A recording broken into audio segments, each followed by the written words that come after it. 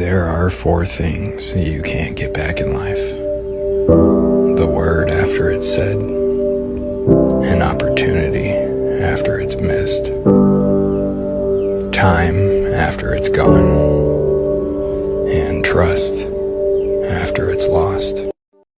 Good morning, guys. Welcome back to Ellie's channel. Yes, I did my hair yesterday. I wanted to do a retouch up. This is the color I originally was trying to aim for. Finally got it. It's like a bloody red, kind of, I guess. Well, anyway, we're here to take it off from the marriage bed. Where we last left off was Lynn had found out that Jerome was cheating, and basically she went to her parents' house, or she's going to her parents' house right now, to stay there with the kids, but she's also buying new furniture, mainly like in the bedroom. So she goes to a furniture store to buy new furniture for her bedroom because she's throwing out her old bed. And she comes outside to, I guess, go back home and sees a note on her car from her husband's mistress saying that basically she's having his baby. So that's where we last left off, and we're gonna take it off from Jerome right now, which reads: sitting on the balcony of the hotel, nursing my fourth or maybe fifth Hennessy and Coke, I begin to think back to when Lynn and I moved into our home. It was over 15 years ago, almost 3 years after we were married. Lynn and I were living in a basement apartment we rented from this old couple we met at the hardware store. It was all God's doings because the older gentleman was trying to make some repairs on his house while Lynn and I were there to get some bug spray for this room we were paying by the day to stay in. Long story short, we started talking and ended up moving into their basement apartment the same night. We both graduated from college and had just gotten married. Lynn with a degree in dance and mine in graphic and architectural design. At the time, Lynn was pregnant with Lily. We didn't have much money, but we both worked odd jobs and saved every penny. We kept our credit score good, and we studied and researched everything from business to home ownership programs. In 2 years, we saved enough to purchase the land our house sits on and secured a loan. I recently started Watson Construction, and since my company was new, I did a lot of work myself because building our house was used as the branding in our business. And just like we prayed for, once our house was done, business started booming. The night we moved in, it was amazing. Welcome home, Mr. Watson. What is all this? I asked, looking around the living room that is covered in candles and a rug in the middle of the floor. This is your housewarming gift, Lynn says, slowly walking towards me in a red negligee and heels with her 8-month pregnant stomach in front of her. I thought we'd Christian our new home tonight before the movers deliver the furniture tomorrow. She hands me a plastic flute full of sparkling juice. Is that right? And what room did you have in mind? All of them, she smiles. That's if you could keep up. Oh, you got jokes. Well, quit talking and more action, she seductively says. I downed the drink, dropped the plastic flute on the ground, and begin to loosen my tie. I think I can assist you with that, Miss Watson. The sound of another balcony door opening brings me out of my thoughts. My phone vibrates. No caller ID. I press decline. I get up to make another drink when my phone vibrates again. I go to press decline, but it's a text from Lynn. Keep your mistress in check. What?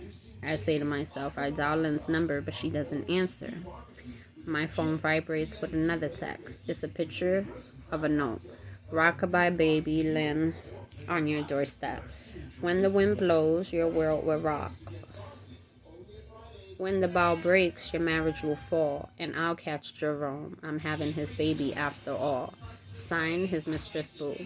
Damn it, I say, throwing my glass into the wall before falling back on the bed. I text her. Lynn, I'm sorry. Yeah, one sorry Are you still meeting? Are we still meeting to talk? Not unless you're planning to tell me who she is. I will. Just give me a chance to explain. Be here by 4:30 or don't bother showing up. I look at my watch to see I have an hour. What happened to us, Jerome? We used to be so happy. I hear Lynn's voice before my mind flashes back to when I allowed things to get out of hand. Mr. Watson, have you had Miss Howard here to see you? You have a Miss Howard here to see you. Miss Howard. Do I have it on my calendar? I asked Rihanna. No, sir. She says it's a personal matter. Send her in, I say, looking at my watch. When the door opens, I am shocked by the person standing there.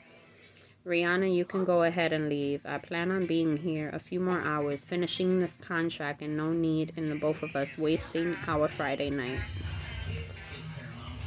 Is there anything you need before I go? She asks, looking at my guest up and down. No, I have everything. Enjoy your weekend. I wait until she closes the door. Were you thrown off by my last name? I was. Please have a seat and tell me what I could do for you. Well, you can. Well, you said if there was anything I needed, I could come to you, remember? I do, but I was speaking in reference to construction needs.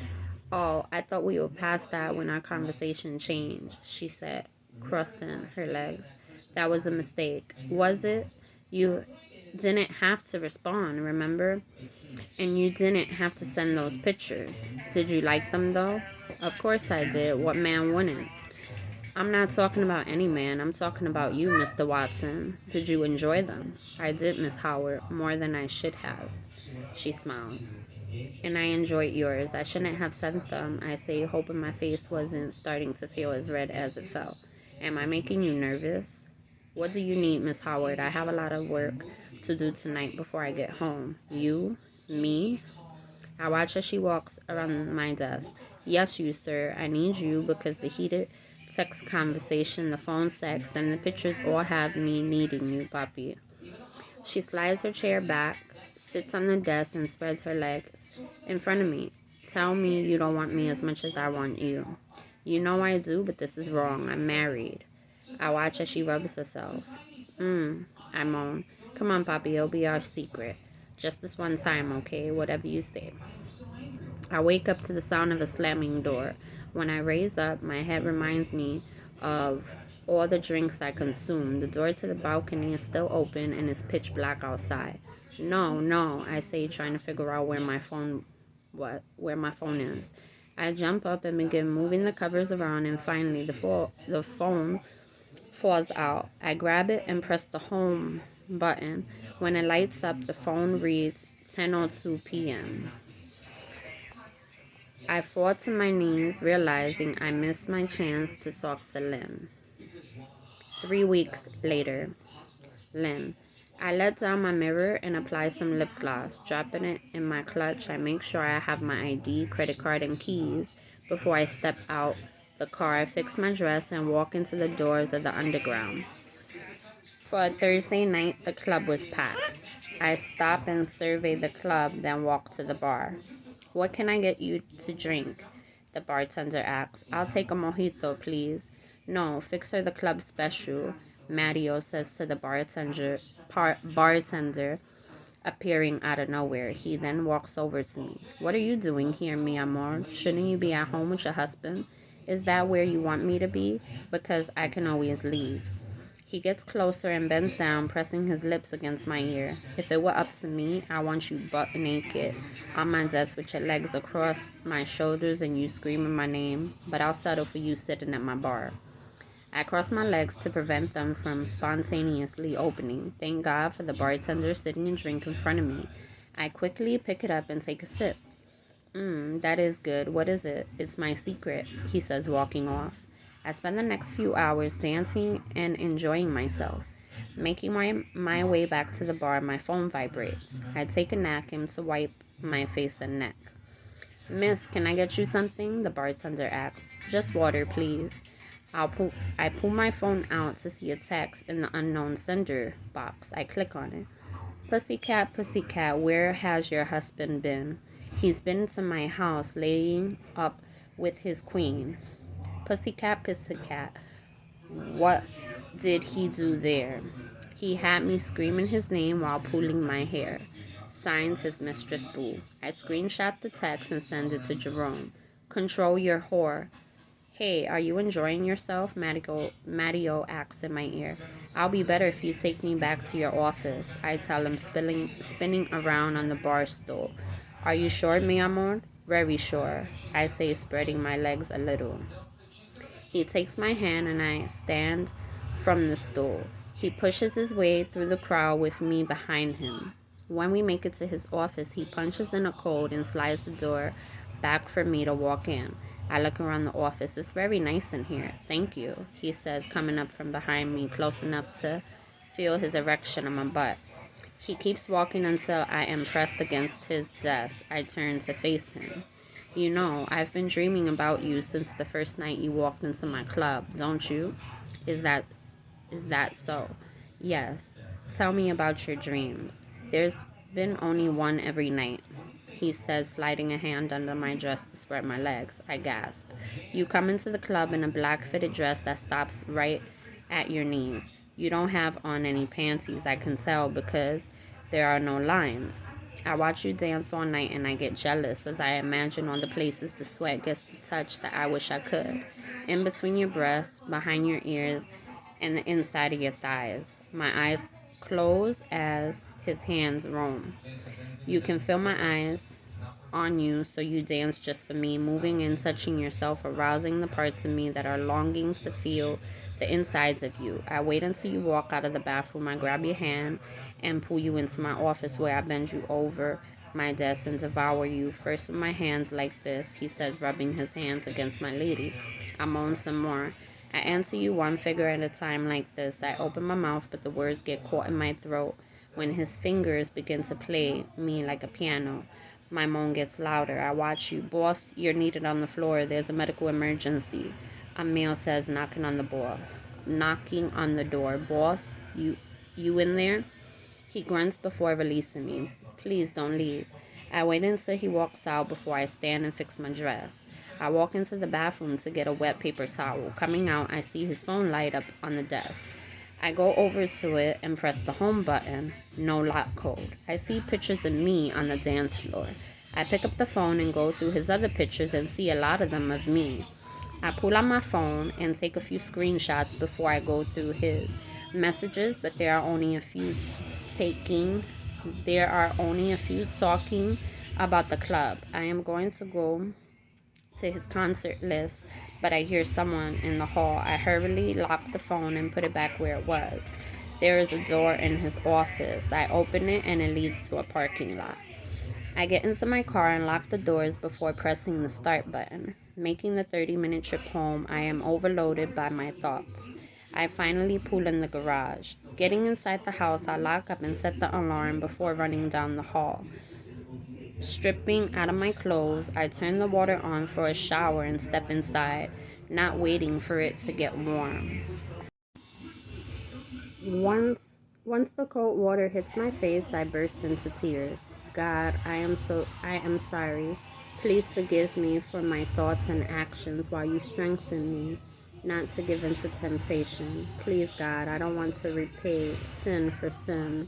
Forgive me, oh God, forgive me. Wow. Well, we're going to stop right there. Lynn almost cheated on her husband. Well, technically, she's in a state of like hurting right now, but just like she said, you can't repay sin with sin right back, and two wrongs don't make a right. From my experience, I know that. But we're going to end it right there. Please don't forget to like, share, and subscribe. I will be back on another time. I'm not going to give you guys any, when I'll be on. I don't want to make no promises, but I will be back. And until next time, bye. There are 4 things you can't get back in life. The word after it's said, an opportunity after it's missed, time after it's gone, and trust after it's lost.